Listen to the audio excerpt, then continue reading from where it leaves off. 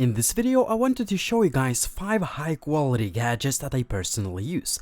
The prices vary from $200 to $300 US or a little bit more, which may sound steep for some, but I think they offer a lot of value for the price. The first product is made by Vimexit, and it is an affordable and portable 15.6-inch monitor with touchscreen capabilities and USB Type-C interface. It costs between $240 and $300 US depending on where you buy it from.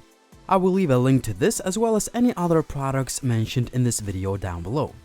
The monitor ships with everything you need to get started, that includes all the cables.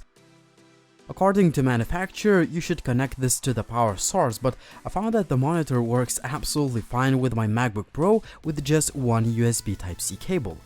The monitor ships with this nice wallet type case, which also doubles as a monitor stand. There is another stand included if you don't like this one. I like the overall build quality too, as the monitor is made mostly out of metal and it looks and feels like a premium product. I also love how thin and light it is, especially considering 15.6 inches screen. Speaking of the display, it's among the best I've seen when it comes to portable monitors, and I've tested a few before. The panel is really sharp, the colors are quite accurate, touchscreen responsiveness is great, and most importantly, there is no visible latency with my MacBook Pro. Further, the screen has matte finish, meaning that there are no visible reflections like with glossy panels. Overall, this is an excellent panel for the price, much better from what I've seen on slightly cheaper products. On the left you can find all the control buttons, and on the right there are all the connectivity parts including 2 mini HDMI, USB Type-C and a headphone jack. Overall, the Vimexit is a great choice if you're looking for a portable USB Type-C monitor that has a high quality touchscreen display that I've been using as part of my mobile setup, and therefore I can easily recommend it. Next up, a portable slider made by Zeapon, and it is called the Micro 2. I've been using this for quite some time for my videos and it's absolutely awesome. Otherwise, I would simply stop using it as I'm really picky with the camera gear. The slider with the Easy Lock accessory costs between $230 and $300 US, but you can get it for as low as $170 directly from China. If you want to buy just a slider, you can get it for as low as $125, which is a heck of a deal for a couple of reasons. First of all, the Micro 2 is built like a tank and it has a maximum load capacity of 8 kilograms. It uses strong aluminum in the construction, an industrial-grade plastic, and a high-grade belt. Also, the slider uses fluid damping technology with built-in dust cleaners on the sides.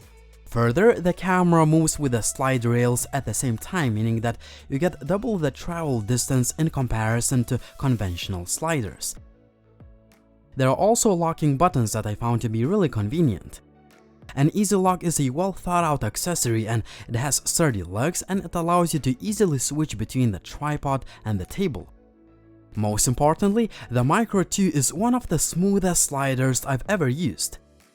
It takes little to no practice to get really nice and smooth shots with it that you would usually get only with much more expensive sliders. I love the smooth damping and the overall feel of the high quality piece of tech. Again, I wouldn't use mediocre quality camera gear for my video production, but the Micro 2 is an awesome slider that is packed with features and technology that I can easily recommend if you are a professional or just starting out. Amazing quality for the price. If you are interested in more camera gear products, I made a 27-minute long video where I show the gear that I use for my YouTube videos. You'll find all the links down below the video. I've tested quite a few car dashcams over time, and the one I've been using lately is made by Viofo. In fact, I have a dual camera configuration, one for the front and another for the rear. It took me just a few minutes to set everything up in my car, and the camera started recording everything every time I started my vehicle. The main camera records nice, sharp and detailed 4K 30fps video, whereas the back camera captures 1080p footage, which is also pretty good in terms of quality. You can clearly see all the details including road signs, license plates and so on. Overall, this is one of the best image quality considering the price of the dashcam. The cameras are made of plastic, but they don't look or feel cheap as the build quality is pretty good. You can also rotate the camera sensor vertically on each camera module. Further, the VO for cameras are relatively compact, so they look discreet in your car, both on the front and rear. The menu system is pretty simple and straightforward. You can adjust the resolution, other image settings, turn on or turn off parking mode, and its sensitivity, and many other settings. In fact, the parking mode will be able to record events leading up to an impact or motion that has been detected. The car camera will save 15 seconds before the event and 30 seconds after the event. Other key features of this camera system include built-in Wi-Fi and GPS, super night vision, and wide dynamic range technology. Finally, the cameras ship with everything you need to get started, and you can connect the camera to your phone using the app. All in all, the price of about $250 may sound steep for some, but I think this is a pretty good deal considering the fact that you get two cameras for the front and back that can record high-quality video, and so far, the system has been working absolutely fine. The Leviatop T1S is a drone that is compact, but it packs a lot of technology. First of all, its propellers fold inside the drone, meaning that the device is really compact for traveling. Second, you can swap the batteries in just a second, and the battery lasts up to 20 minutes, which is a really good result for such a compact drone. Inside the box, you get everything you need to get started, including the propeller guards and this nice carrying pouch for the drone. The device also has a built-in camera which has 120 degrees field of view, and it can record videos in 1080p at 30 frames per second. The video quality could be quite decent considering the price of the drone, but it's really shaky because the drone is so compact and there was no space for a gimbal that would stabilize the footage. Also, you need to consider the price of the device.